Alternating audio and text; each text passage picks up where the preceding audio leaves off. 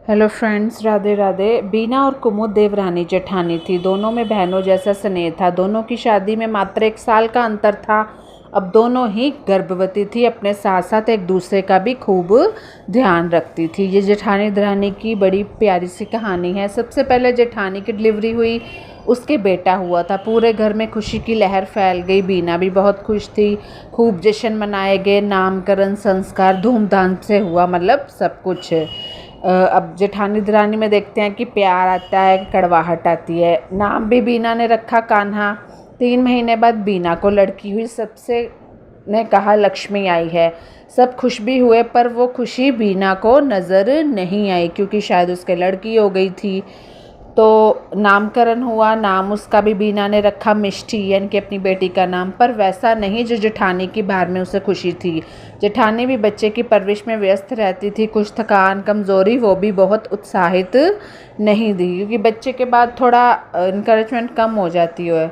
बस यहीं से थोड़ी दो दरार आनी शुरू हो गई। बीना कटी कटी सी रहने लगी। उधर कुमुद को भी शायद अपने बेटे को इतना प्यार पाते देख कुछ घमंड सा होने लगा। दोनों बच्चे बड़े होने लगे धीरे धीरे। ज़्यादा लाड प्यार के चक्कर में कान्हा ज़िद्दी होने लगा। जेठानी का लड़का अपनी मनमानी करने लगा। मिष्टी को भी मार देता था। बीना मिष्टी को उससे दूर रखती थी। देवरानी ज़्यादातर कमरे में ही बंद रखती थी। घर के लोग बीना से ही चिढ़ने लगे।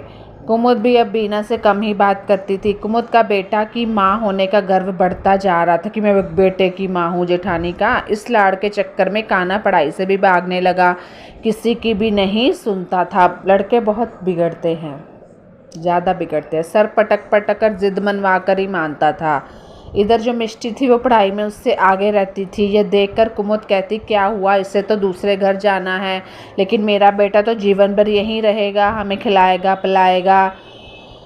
उसको ये अपने बेटे से आशा थी। हमारी सेवा करेगा, ख़ानदानी बिजनेस है संभाल लेगा। ऐसे ही ज़िंदगी चलती रही। धीरे धीरे बिजनेस का भी बंटवारा हो गया। आधा बीना के पति के हिस्से में आया, आधा कुमुद के। कान्हा 12वीं भी पास ना कर सका, इतना नालायक हो गया था, और पिता के साथ व्यापार देखने लगा। उधर जो मिष्टी थी देवरानी की बेटी, वकालत पास करके जुडिशरी की परीक्षा भी पास कर गई।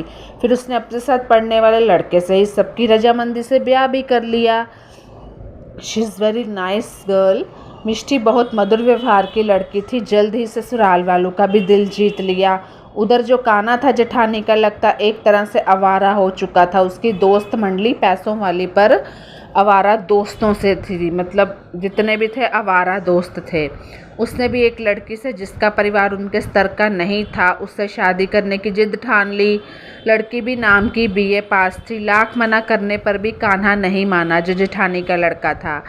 बस ऐसे ही होता दिन बीतते चले गए। उसे अपनी ज़िद मनवाने की आदत थी ना कान्हा को। जेठानी के लड़के को हार कर क्या करते, शादी करनी पड़ी। बहू भी लड़के से एकदम आगे ही थी। अपने मन की करती, जो उसके मन में आता वही करती, क्योंकि लव मैरिज करके आई थी।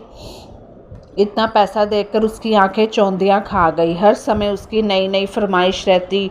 खुद कुछ नहीं करती, पर बात बात में लड़ने के लिए बेटे को आगे कर देती, यानी कि कान्हा को आगे कर देती, जेठानी के लड़के को, जेठानी की बहू।